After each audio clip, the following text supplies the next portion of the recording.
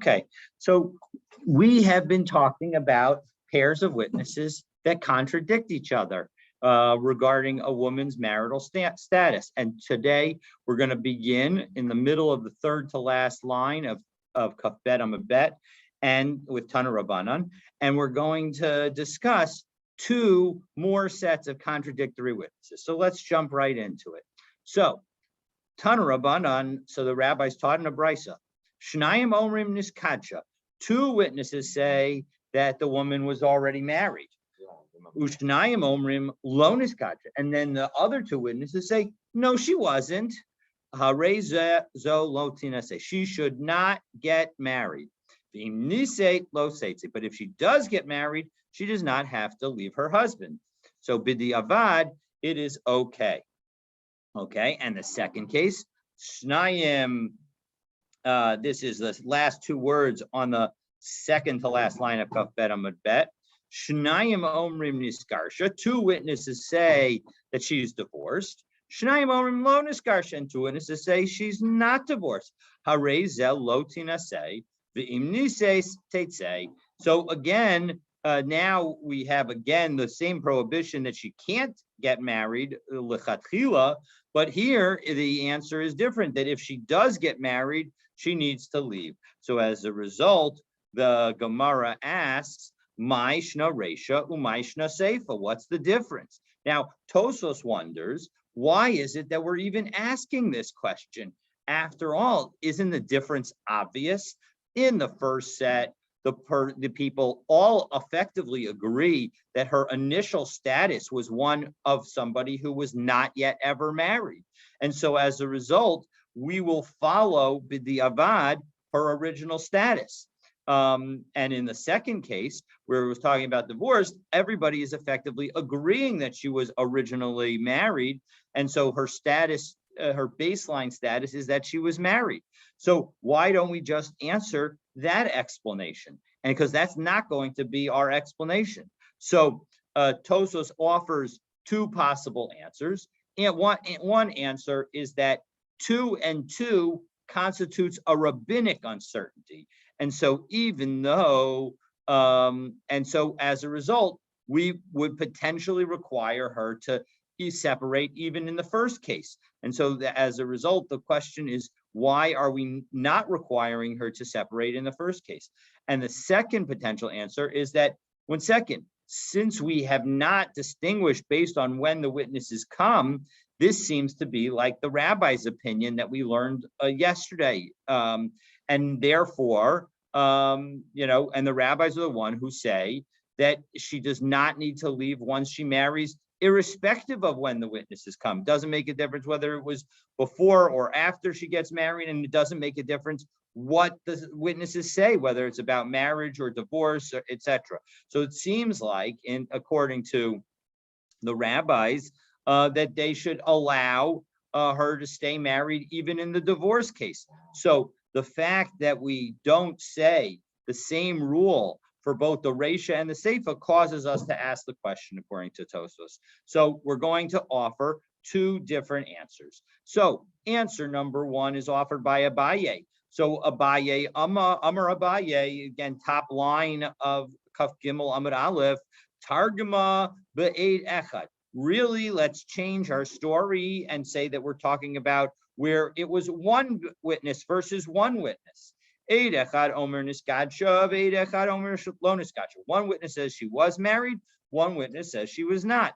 So Tarvayu Bifnuya Kamasade. Well, both of them agree that originally she was not married, meaning that their baseline, similar to our Chazaka approach that Tosos asked about, but both of them agree that she was not married. So Vahayda Ka'amr Niskadsha Havalechad, but only one says that she is now married. But we won't let that one overrule the other two, and so overrule the two, which includes that one, because the one who says that she was married admits that her initial state was one of unmarried. So next is, that's the Resha, and that's why she's allowed to stay married. Seifa, but in the end, Eid Echad Omer Niskarsha, Be'ed echad omer lo niskarsha. You have one witness saying she was divorced and one witness saying that she was not divorced. And again, tarvayo be'eshes ish kamasadi. Both of them agree that her original status was that she was married. And there's only one of them who says that she's now divorced and now able to marry somebody else. And we won't let that one witness stand in the face of two witnesses who disagree. So as a result, Abaye has thereby explained the two statements in the Brisa. So Rav Ashi Amar, no, la'olam treu trei ve'epoch. Actually, you can say that we're talking about two witnesses for and against each particular point, but you have to reverse the different rulings. Meaning that where did we say that she gets to stay married? We said she gets to stay married when they were arguing about whether or not she's married, and we said that she has to get divorced even bidi avad if we're talking about a case where there's a divorce. So, but now we're going to reverse the rulings. And Shnayim Omrim Renuha Niskacha. And but we're going to change a little bit what they're testifying about. The first two say, we saw her get married. So they're not testifying to her status, they're testifying to watching the wedding. Who's right? Who's wrong? Well, we're going to see. We haven't yet figured out, because we got to figure out first. We're going to see what they're arguing about, and then we can see how we decide who's right and who's wrong. And Ushnayim Omrim Lo Reinuha Sheniskadsha. And two other witnesses, we never saw her get married. So Harezo Lo Tinase Ve'imnises Teitse. So if in fact she does, so of course she cannot get married lechatchila, and if she does get married, she needs to leave him. Why? Because the witnesses who say that that she's not married, they're all only saying that they did not see her get married. And just because you didn't see something doesn't mean it's not true, right? Just because we don't see President Biden at this moment doesn't mean that he doesn't exist. So exactly, of course he exists. So anyway, so the point is, but then the Gemara wonders, well, pshita lo reinua ein a raya. We have this general principle that just because you didn't see something doesn't mean that it doesn't happen, and that's not going to be a proof. And so the Gemara explains, lo tzricha de daira b'chatzer echad. We need to say, no, it's not really a question, because we can say that it's talking about where they all lived in the same building complex. And so they lived in the same courtyard. They had one courtyard. So Mao de Tema im Isa Niskadsha Kala Isla Melsa, that I would have thought that if in fact they had been married, well then of course there would be publicity associated with it, and people would have heard, especially the people who live in that same courtyard. So Kamash Malanda Avdein Makache Pitsina, that sometimes people decide that they're going to do Kedushin, the initial step of the marriage process, that they will do it privately. And so as a result, that's what the Brisa is telling us. So the Brisa is in fact telling us a Chiddush, and it's talking about the fact that they said that they did not see. So now that we have the Reisha, we'll take a look at the Seifa of the Brisa, the end of the Brisa. So Seifa, Shnayim Omrim Re'inu Asheniskarsha, Shnayim Omrim Lo Re'inu Asheniskarsha. So again, to say that we saw her get divorced, and to say that we did not see her get divorced. So Harezo Lo Tina, say she's not allowed to get married. But if she did get married, she does not have to leave her husband. Well, my kamashmalan, afal de diary b'chatzer echad hainuha. 1 second, if you're going to say, what is the reason that we're going to allow her to stay married? It's because, why did we even need to teach this? Of course, you would know that, because I would know naturally lo re'inua eino raya. So it must be that we're talking about the same courtyard, where they live in the same courtyard. But if they live in the same courtyard, that was the principle that we learned in the Reisha. So we try to always learn something new from everything that the Gemara says. So what's new about that? It's the same principle. So Ma'odetema Gabi Kedushin, who the Abed Inshi de Makachi Betsina, Abal Gabi Gerushin, Im Isa de Igarsha, Kala Isla Milsa. That when it comes to marriage, all right, maybe people will want to get married privately. But when it comes to divorce, they are going to want to make it very public, because now we've got two eligible individuals. And so, well, obviously the man, according to in the times of the Gemara, was also eligible even before, because he was able to marry more than one woman. But in any event, we have at least an eligible woman.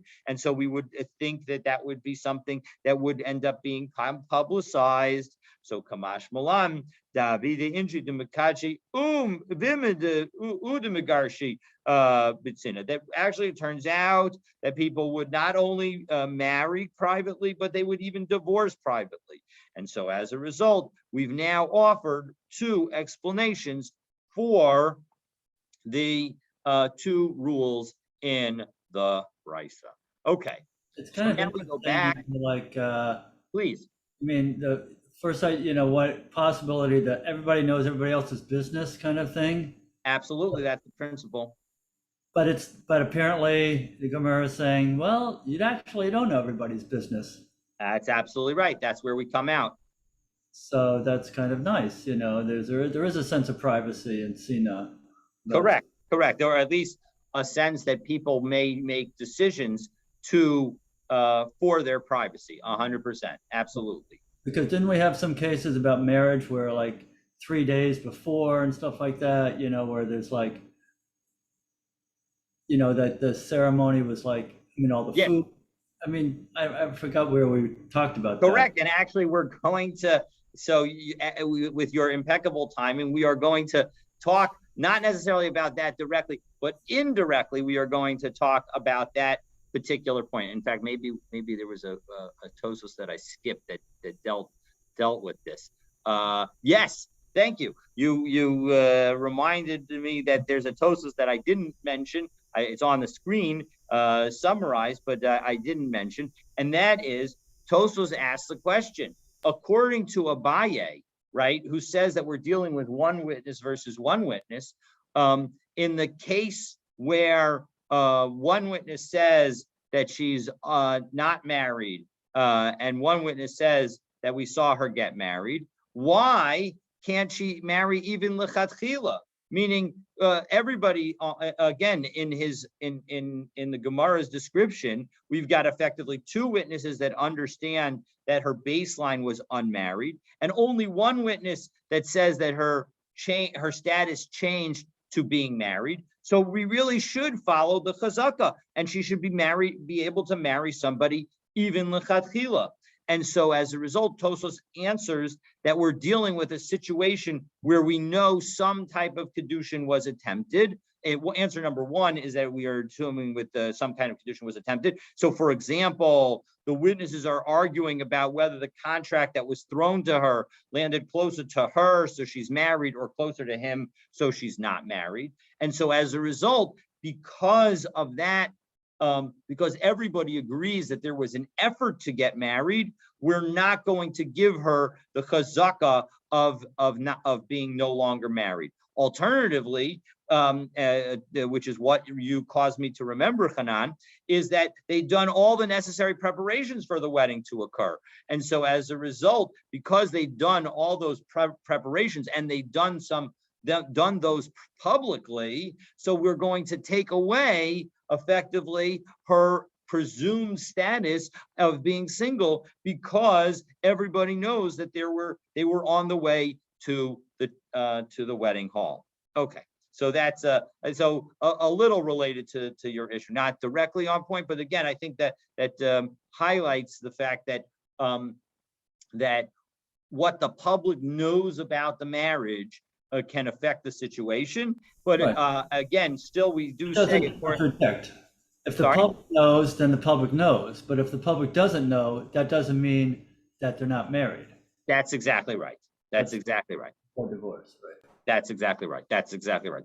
So if the public knows, it creates a new baseline. But when the public doesn't know, so then again, and indeed, in general, we will believe the woman if there's no other witnesses, because we have that principle that a woman's not going to be so obnoxious as to lie to her husband's face when she says that we've been divorced. Okay, so now we're going to go back to the language of our Mishnah.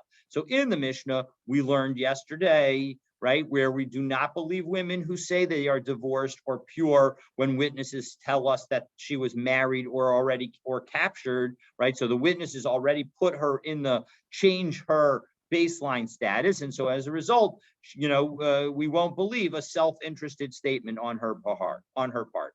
But we concluded that if the woman married before the witnesses came, so then she does not have to get divorced. However, it was not clear whether we were talking about the first case of divorce or we were talking about the second case of purity or both cases. So now the Gemara addresses that question. So lo seitze, right? We said that if witnesses come, she does not need to leave. So Rav Oshia masni la reisha. Rav Oshia said that's referring to the divorce situation where she says that I was married, but I'm divorced.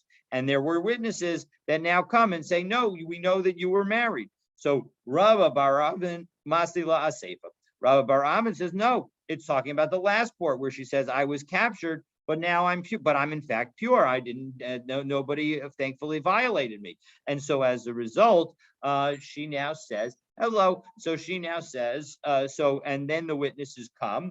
And so the question is, do we believe, does she have to divorce? And the answer that our Mishnah gave is that no, she does not need to divorce. So man demasne la areisha, when Reb Oshia says that it's referring to the first part of the Mishnah, well, kol shekena seifa, then it would certainly apply to the second part of the Mishnah, debishavua hekelu, because when it comes to the captured woman, so we're going to be more lenient. And we'll explain that in a moment. Uman demasni la seifa. However, the one who teaches it about the seifa, only about the captured woman, he, namely Rabba bar Avin, he would not teach it about al reisha lo. He would not teach it about the first part. And why are we going to be lenient in connection with the captive? So if we take a look in Rashi, 4 lines down in Rashi, Bishavuah hikilu, right? We're going to be lenient with respect to her as a captive. That really nobody has testified in our understanding of the fact that she was in fact violated. All they're testifying is that she was a captive. That all there is a possibility that maybe she was violated by a non-Jew, and thereby made non-kosher to marry a Kohen. So as a result, that's why if we teach it on the Reisha in connection with divorce. Now, when you look at the divorce case, when we say that the woman is married, that's a definite prohibition for her to marry. There's no Shema there. There's no maybe there. If a woman is married, then she can't be married to somebody else. She can't have marital relations with anybody else. So anyway, so that's the understanding. So we see there are 2 possibilities. So lema b'Rav Hamnuna k'miflagi. Let's say that they're arguing about Rav Hamnuna. And what did Rav Hamnuna say? He said that when a woman says to her husband that you in fact divorced me, we are going to believe her, because a woman would not be so obnoxious as to say that if it weren't true. Demand demasti la reisha, that when it comes to Rav Oshia, who says that we allow her to get married and stay married, even in the divorce case, Islay de Rav Hamnuna will agree with, he must accept Rav Hamnuna, and that's why we allow her to get married in the divorce case, because we say that we trust her testimony about her marital status in face of the husband's testimony about that same status. Umanda Masli La Seifa, and Rabbi Bar Avin, who teaches that we only allow the woman to stay married only with respect to the case of the purity and the captivity. Well, that must mean because he's not applying that rule in connection with divorce. So it must be leis late to Rav Hamnuna. He must not accept the ruling of Rav Hamnuna. So the Gemara says, "Lo, no, you don't need to say that." The kuliyama islahu to Rav Hamnuna. Really, everybody could agree with Rav Hamnuna. The haka b'haka miflagi, and what they're arguing about is the following: Demar Sabar, when it comes to Rabba Bar Avin, who says only in the Seifa are we going to hold it? Ki itmar de Rav Hamnuna, when does Rav Hamnuna make his statement? Bifana, only when it's the woman against the man. Aval shalo b'fana, and he's right there. Aval shalo b'fana, but when she's not in front of him, mi'iza, well then she can be obnoxious and be brazen and say that in fact she was divorced when in fact she wasn't. Umar Sabar and Rabbi Oshia, who says that even in the first case, we are going to say that she's allowed to stay married. Of Nami Ainamiza, even when it's not in front of him, she will not be so brazen because he'll come back and then she will be in front of him. Okay. In front of him, meaning in the court? In the court, correct. That's exactly right. That's how this is understood. Okay. So we've now explained that mysterious line in our Mishnah in the two different ways of Rabbi Oshia and Rabbi Avin, and now we're going to expand the coverage of the Mishnah to understand what it means when it says that the woman need not leave her husband if she married before the witnesses came. If she married before the witnesses came, if she married before the witnesses, meaning if the witnesses only come after she got married, so that's yes. So Amar Avua de Shmuel, so the father of Shmuel says, Lo nisis mamish. When we talk about marriage, we're not actually saying that she literally got married. Rather, Elakavan shetiruha linase. She only needed to be permitted to marry. Even though she did not, in fact, actually get married. And so as a result, that's what we're talking about. So lo tetzi katani. But 1 second, the Mishnah said, that she does not leave. Leave implies that she's already married. Lo tetzi meheteren harishon. So the Gemara explains, no, when it says leave, it means that she doesn't leave the category of being permitted to marry. And so as a result, that is Rabbi of the Avua de Shmuel's statement. So Tana Rabbanan, and we have a Baraisa along these lines, and it teaches a similar principle. So let's take a look. So Amran Nishpesi Utahorani. A woman says, I was captured, but I'm pure. Well, that is Pesha Asar, who a Pesha Hitter. V'yeshle Edim Shitahorani. And I even have witnesses that I'm pure. Ain Omrin Namtin Achiabo Edim. We don't tell her, okay, let's see what your witnesses say. Ela Matirin Osamiyat. We permit her immediately because this is a case of Pesha Asar, who a Pesha Hitter, right? So it doesn't make a difference that we know that there are potentially witnesses out there of her captivity. We're just going to trust what she says and base our decision on what she says. And this is going to be important in a few minutes. Hitiru Alina say, so they permit her to marry. And then witnesses come back and say, we don't know what she's talking about. We know that she was captured, but we don't know anything about whether or not she's pure. Harezo lo seitze. She does not need to divorce him because the witnesses only are changing the baseline, but she already got married, so she does not need to divorce him. However, in bo ede tuma, if the witnesses come and say actually she was violated and that we know that she was violated, afilu yeshla kama banim teitze, then even if she had several children already with the Kohen, she will need to leave him. Okay, so that is the three-part understanding. If the witnesses come beforehand, so then we're not going to let her get married. But if the witnesses come afterwards, so and they say only that she was captured, we'll let her stay married. But if the witnesses come and say that in fact she was she's no longer tahor, she's actually was defiled, well then we will force her to divorce her Kohen husband. I mean, if they say she wasn't, Hold on just a second. Yes, presumably these were the same witnesses that she was speaking about.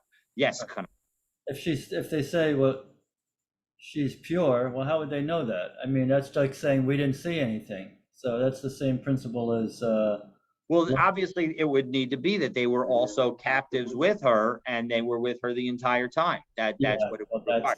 yeah. Yeah, 100%. It's not easy.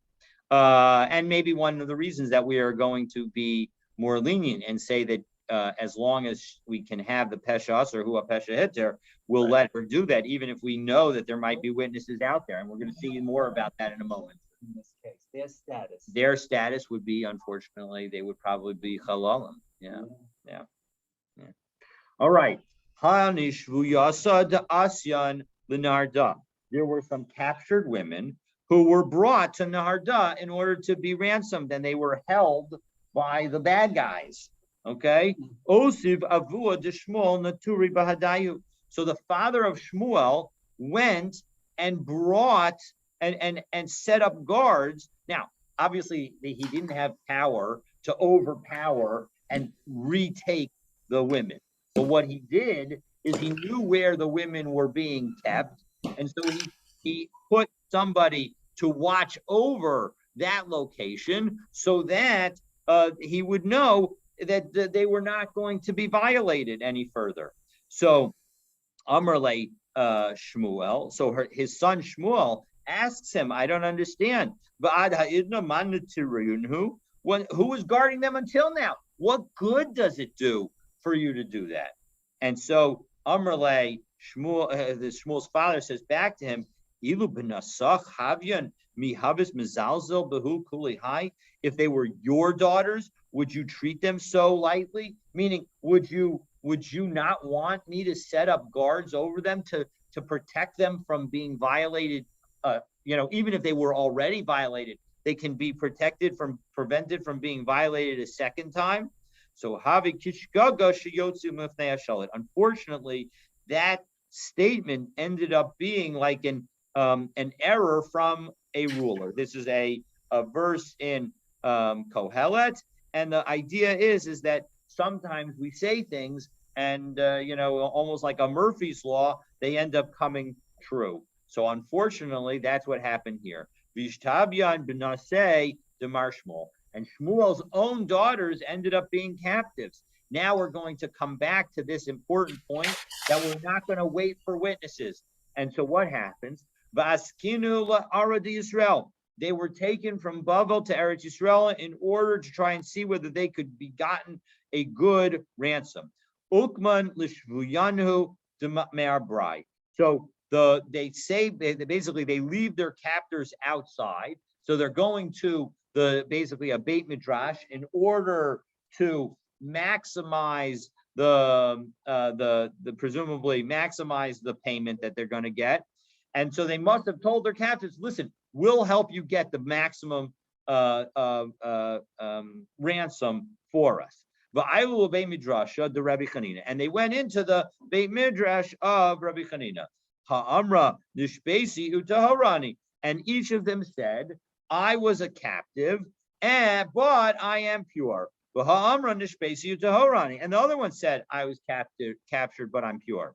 So as a result, based on the principle of pesha asar hua pesha hitter, we say that in fact they are permitted. So sharinhu, they allowed them to marry. So sof ul asu shvusyanu. And well, then of course the captors came in. So Amar Rabbi Chanina binan demorayan inu.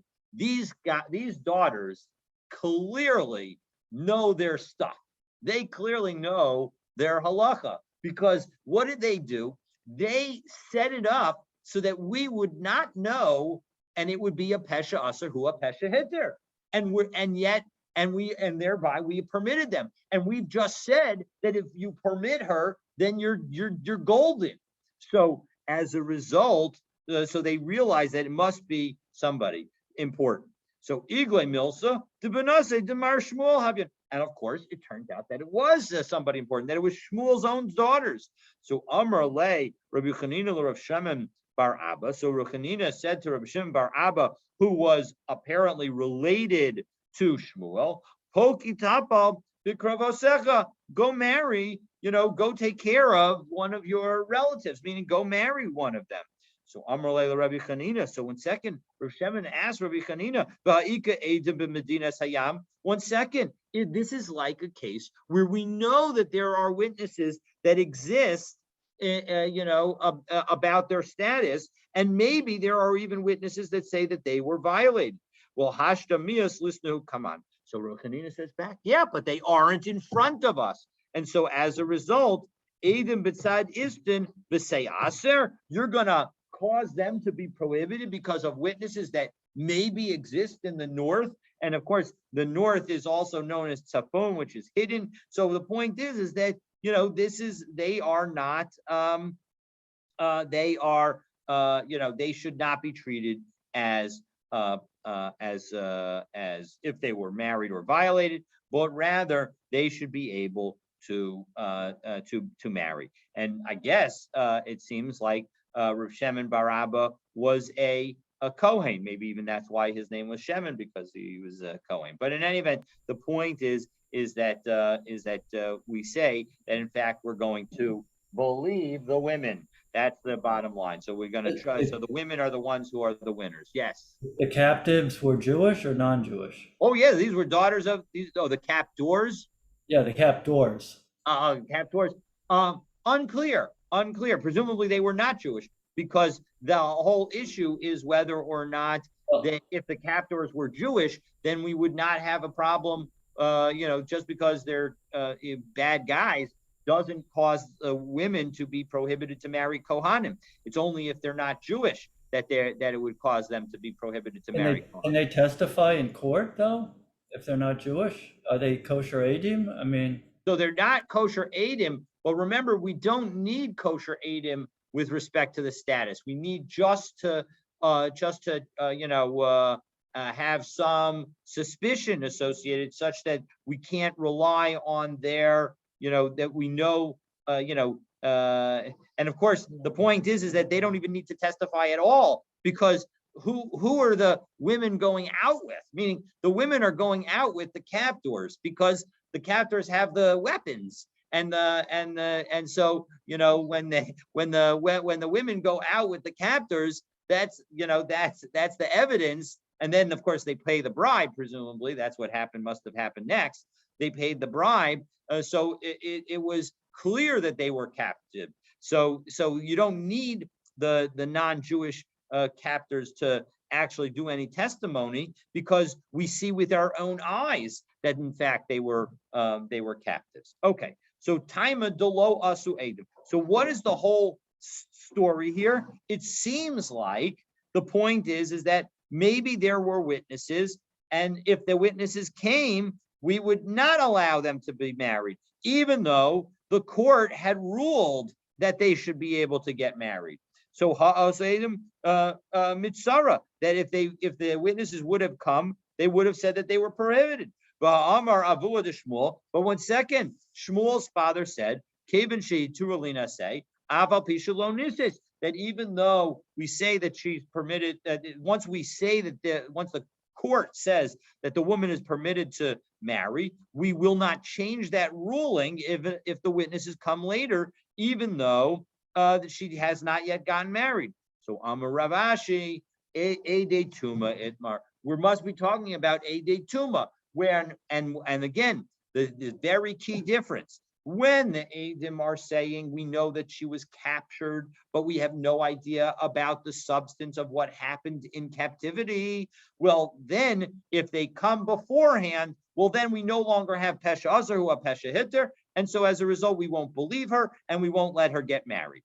However, when the witnesses come later, and that's all they have to say, is we know that she was captive, well, we will allow the principle of Pesha Asar Hua Pesha Hitter, even though there may be witnesses that would change her status.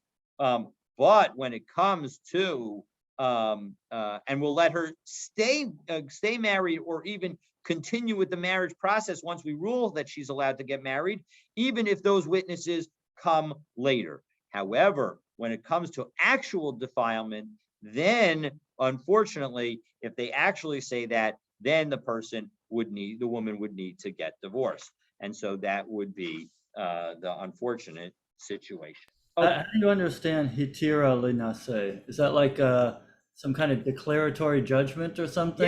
Yes, and that's exactly what happened with the two daughters of Shmuel, right? They came to the court and they ruled Shirinhu, that But they what is said the that. case? What was that? The case is whether they're, I mean, it's like they're going to, it's a weird case because they're just saying, we're not trying to get married, we're just, We want our status confirmed. That's exactly right. Because that's what happened, this tells, it's an interesting incentive system that it creates, right? What it tells us is that as soon as a woman comes back from captivity, she needs to rush to court before the court hears about her captivity from any other source. right. And then she can testify that in fact she's okay, and then she'll be all right. But if they hear about her captivity from another source, then it's going to be a problem. And her incentive actually is very interesting. Her incentive is to go somewhere where they don't know anything about her, because it may be that in her hometown, they know that she's a captive. But in fact, here, presumably Shmuel knew that his daughters were captive, but they were knowledgeable enough to go to a new Beit Din that doesn't know about it. And so as a result, that's a story. And it seems like it doesn't make a difference. Even if you know that there might be witnesses elsewhere, you should be able to follow it. So it's an interesting incentive system that it sets up for how the women can actually become, obviously it assumes that there are no witnesses to their actual defilement, and that, hopefully they're telling the truth and that they actually were not defiled.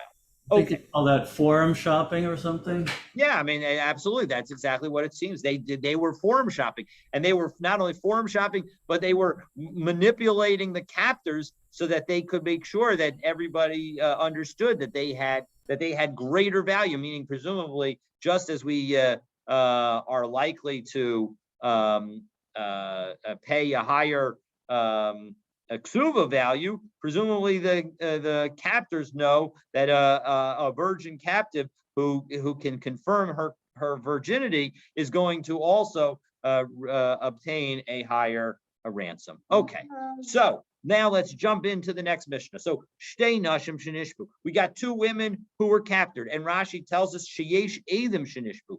Top line in Rashi, there are witnesses that say that they were captured. So zoso meres nishbesi utahorani. One says I was captured impure. The zoso meres nishbesi utahorani. Other one says I was captured impure. Ena nemanos. They're not believed because pesha. We don't have the principle of pesha aser hua pesha hitter. Ubizman shehem meidu zo as zo. However, if they testify for one another, meaning not only am I pure, but the other woman is pure, then harei elu nemanos. Then they will be believed, because it's not them testifying about themselves; it's them testifying about somebody else. So Tana Rabbanan, 4 different cases, and we're going to see. Got a nice what's it called, a opponent box right here on the screen that you can take a look at. So we got 4 different cases. We're not going to go, it's a little bit out of the order that you might have otherwise expected, but let's go through it. So ani tameya chaverti tahora. I am tamei, but my companion is pure. The other woman is pure. Ne'emenes. She's believed about both, meaning that she's not able to marry a Kohen, but her friend is. Ani tahora v'chaverti tameya. I'm pure, but my friend is not. So Eino Ne'emenes, she's not believed about either.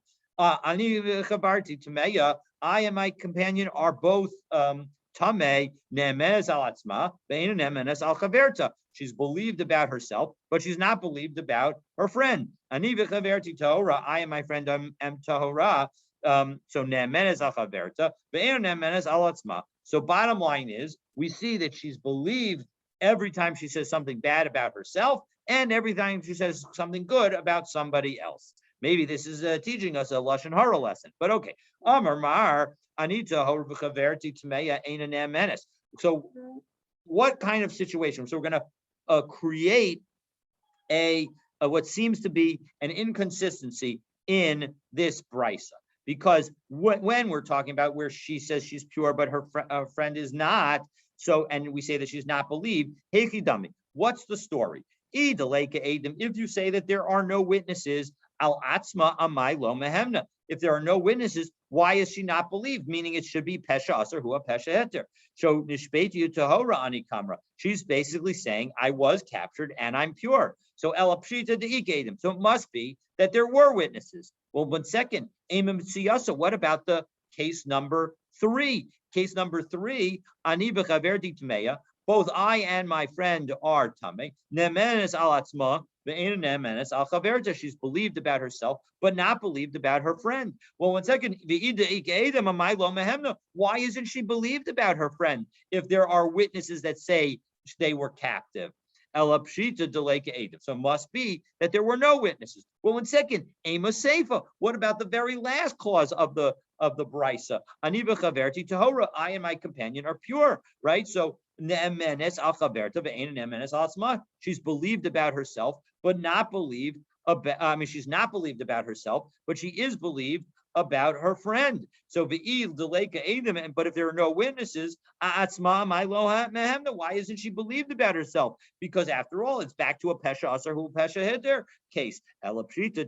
So must be that there are witnesses. So reisha v'seifa de'ikedim u'mitziasa de'leikedim.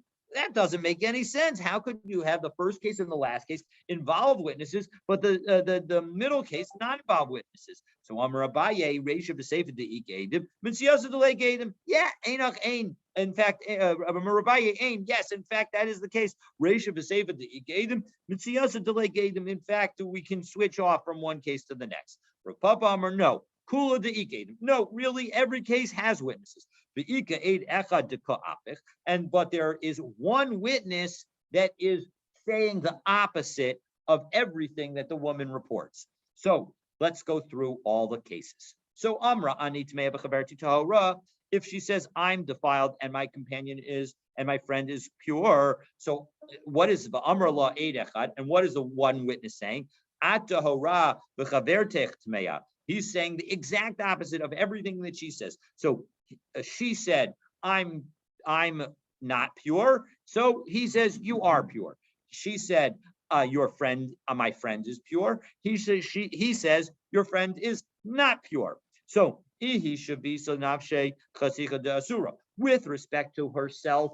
We are going to treat her as impure because she made herself as if she was a forbidden object. Meaning, when we say a piece of meat is not kosher, we are believed with respect to ourselves that that is in fact a non-kosher piece of meat. So chaverta mishtarya apuma dida. But in fact, we're going to permit her through her own word. And Rashi explains because basically that this is as if we have the principle that in certain circumstances, one witness who is believed is going to be treated as if they were two witnesses. And so here, she's the one witness who is believed, and as a result, we'll treat her like two witnesses, and there's only one witness who contradicts her, and so as a result, we'll believe her like a double witness in the face of the single witness. And so as a result, when she says her companion is pure, it's as if there are two witnesses to that effect, and the one witness that says she's impure is not going to withstand it. So, because we have a principle that when it comes to the death of her husband, and when it comes to her purity in connection with captivity, will be about 5 more minutes. When it comes to her captivity, we'll also believe one witness, and so for her benefit. Okay, and so because we're going to believe the one witness for her benefit, that one witness becomes, we have a principle that Ula said that anytime correct, behalf of her friend, she says, you're pure.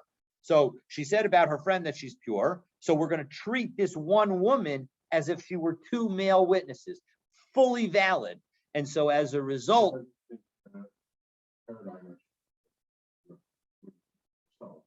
Right, because it's not about her, it's about her friend.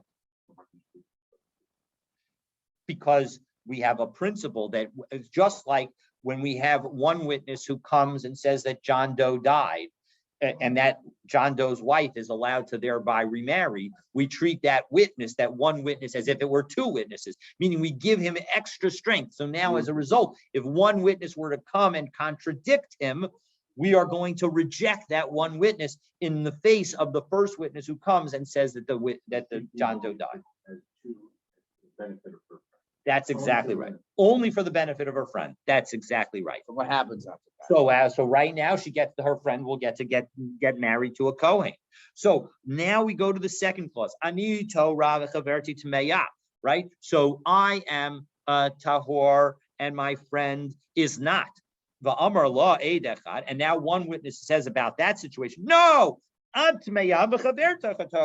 Your friend is the one who's tahor, and you're the one who's tameh. So ihi herself kaven to edim lav kol kamina. Since there are witnesses who are testifying, because again, remember that Rav Papa was saying that the fundamental is that we've got two witnesses saying that we know that she was a captive. So we don't have Pesha Aser who a Pesha Hitter. So as a result, because of that, we can't say Pesha Aser or Pesha Hitter. So those two witnesses effectively undermine her claim about herself. But Chaverta Mishtarya Apuma De'ed. But the one witness who disagreed with her, right? The one witness who says, no, you were the one that was Tameh and your friend is Tahor. Well, because we now have one witness who says that her friend was Tahor, well, that witness we're going to treat like two witnesses. And so as a result, when now she says that her friend is Tameh, it's one witness versus the equivalent of two witnesses. And so therefore, we will permit her friend. Now we go to the third case. Ani v'chaverti tmeya. Both I and my friend are tamei. Amar la eid echad at v'chaverta tahora. And oddly, the aid is saying, no, you were both tahor. So ihi shavisa l'nafshi chatika de isura. She makes herself usher because she said she was usher. So we effectively cause her to follow her own wording. So chaverta mishtarya apuma de aid. But her friend, because we have the witness who says that her friend is Torah, so as a result, that one witness gets treated like two, and so as a result, she wins based on that one witness against the word of her friend. So 1 second, Hatulamali, why do I need that case at all? Hainu Resha, we get these two principles from the first two cases of our brisa. So Ma'udatema Hanitar Bayu Tahoras Nindu. I might have said that actually maybe we should say that both of the women are tahor. And why did the woman say that she and her friend were both tameh? Because of the principle of tamos nafshi implishtim hu deka'avda. She was doing something that we saw Shimshon do.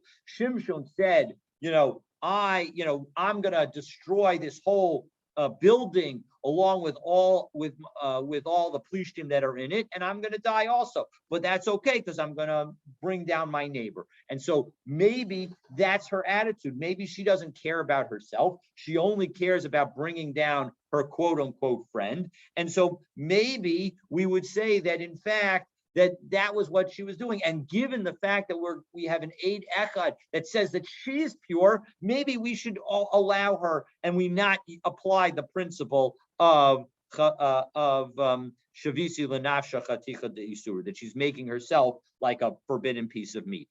And so Kamash Milan, no, we are not going to apply this principle of tamos nafshi in plishtim. And in fact, we're going to say that if she prohibits herself, we're going to trust her about herself. But because we have the Eid Echad that's contradicting her, we're not going to trust her about her friend. So Aniva Kaverta Tahora. Now, last case, they both say that they are Tahor. I mean, she says that both of them are Tahor. I should clarify, but she says both of them are Tahor. Amar la Eid Echad. And now we have one witness who says, Ad v'chaverta tmeya. You and your friend are both Tamei. When it comes to herself, when it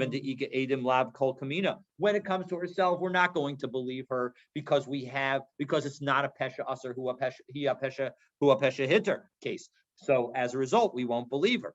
But Kaver to Mishtarya Apumadida. But when it comes to her friend, so she's a single witness, and a single witness with respect to her friend who being Tahora, we're going to say that's like two witnesses, and so those two witnesses are going to defeat the one witness. Well, 1 second. Hatulamali. Again, why do I need this case? The first three cases of our Mishnah should have been enough to tell us that in this of this brisa, excuse me, the first three cases of this brisa should have been enough to teach us this principle as well. Hainu Reisha Dereisha. This is, in fact, you could get this even from the very beginning of this brisa. So Mao Detema Kimemena, maybe I would have said that when is she believed about her friend V'makom de Pasla Nafsha? Maybe she's only believed when she makes herself puzzle. That shows a sense of honesty because she's being negative on herself and therefore and helpful to her friends. But maybe when she tries to make herself kosher as well, I'll say that she is not believed. So Kamash Malan, not so. We will believe her both about herself. We will believe her when it comes to her friend, even though we're not going to believe her about herself. And so we've now explained these, these four different cases according to Abaye and according to Rav Papa. And so now we're going to stay tuned tomorrow for a discussion of claims made by men regarding their status as Kohanim. And to see, I know tomorrow we're going to do at 6:50. 6:50 we're going to second what? We're going to double check the time, but and we're going to see whether they believe. Yes, second floor, Shabbat Shalom, and hopefully I will see you over the course of Shabbat because I'm filling in for Eli again this Shabbos. Thank you. 6:45, Hanan. All right. See you well. Have a great day, everybody. Shabbat Shalom. Thanks. Yeah, right. Yeah.